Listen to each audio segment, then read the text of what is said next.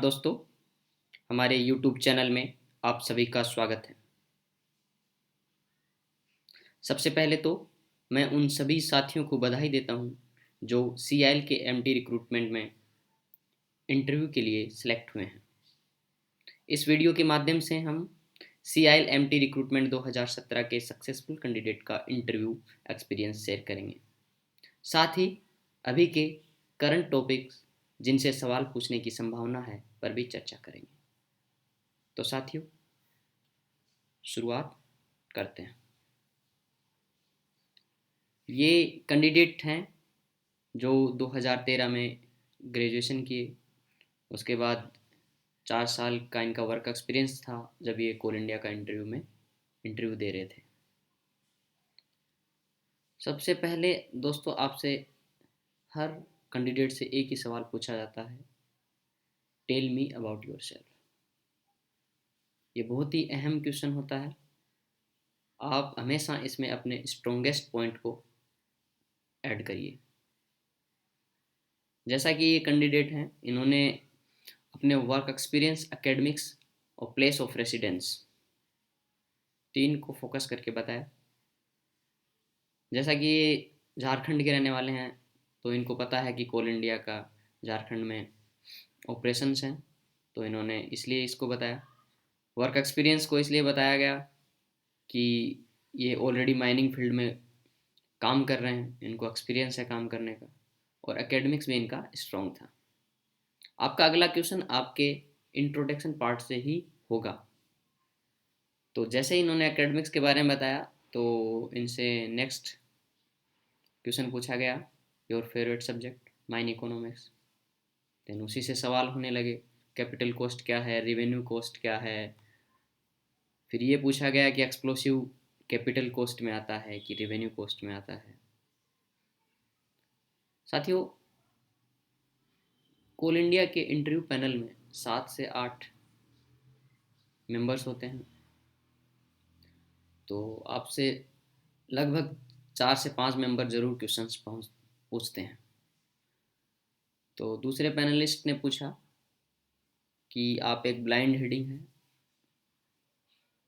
उसको कैसे वेंटिलेट करोगे, कौन सा फैन इंस्टॉल करोगे और कहाँ इंस्टॉल करोगे।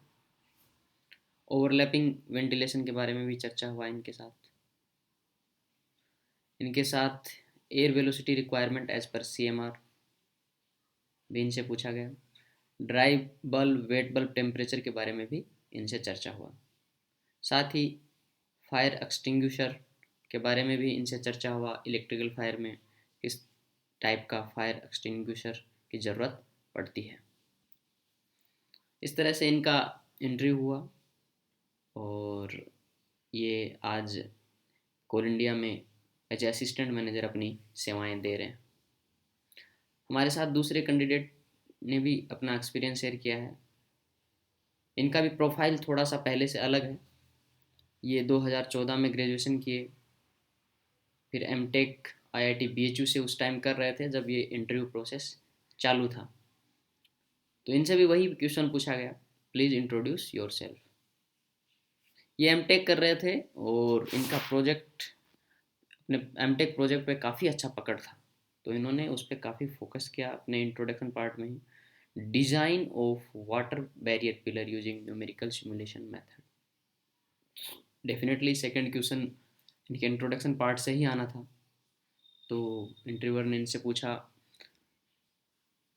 Please explain your MTech project. Then second question again from the same project.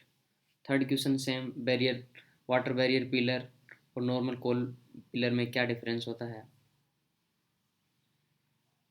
फिर इनसे पूछा गया कि आप 2014 में ग्रेजुएशन किए, उसके बाद 1 साल आपका गैप है और उसके बाद आपने एमटेक में एडमिशन लिया, आप उस 1 साल में क्या कर रहे थे, ये पूछा गया इनसे। और फिर माइन प्लानिंग का क्या इम्पोर्टेंस है, ये भी पूछा गया इनसे। आप एक कोटेशन एक कोट कर सकते हो अगर आपसे भी अच्छा सवाल पूछा जाए तो। फिर ये इनसे पूछा गया what should be the velocity of air at the maximum span of long wall fish. Delay based question पूछे गए, maximum number of shots in one round blasting पे कुछ चर्चाएं हुई। इस तरह से इनका बहुत अच्छा इंटरव्यू गया और ये भी अपनी कोल इंडिया में असिस्टेंट मैनेजर के तौर पर अपनी सेवाएं दे रहे हैं। हम इनका तहे दिल से शुक्रिया अदा करते हैं कि इन्होंने आप सब बच्चों के लिए अपना एक्सपीरियंस, इंटरव्यू एक्सपीरियंस शेयर किया ताकि आपको इसका बेनिफिट मिल सके। आगे बढ़ते हैं।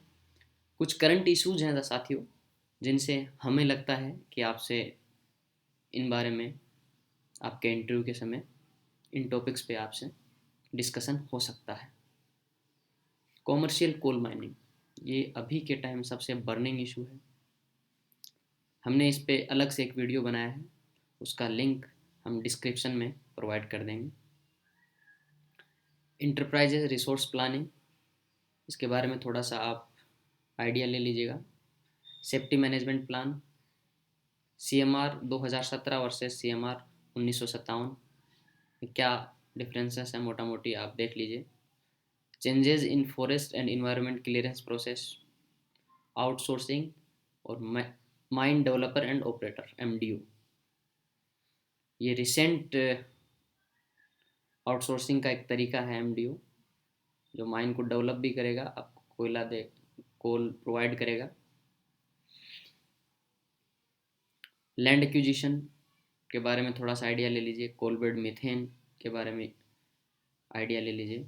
और अभी ये मास प्रोडक्शन टेक्नोलॉजी हैं, कंटिन्यूस माइनर और सरफेस माइनर, इनके बारे में थोड़ा सा आप डिटेल से पढ़ लीजिए। और बहुत सारी शुभकामनाओं के साथ आप सफल हो, आपका इंटरव्यू अच्छा रहे, इन्हीं शुभकामनाओं के साथ। और अगर आपको वीडियो अच्छा लगे तो लाइक करिए, सब्सक्राइब करिए। जय हिंद।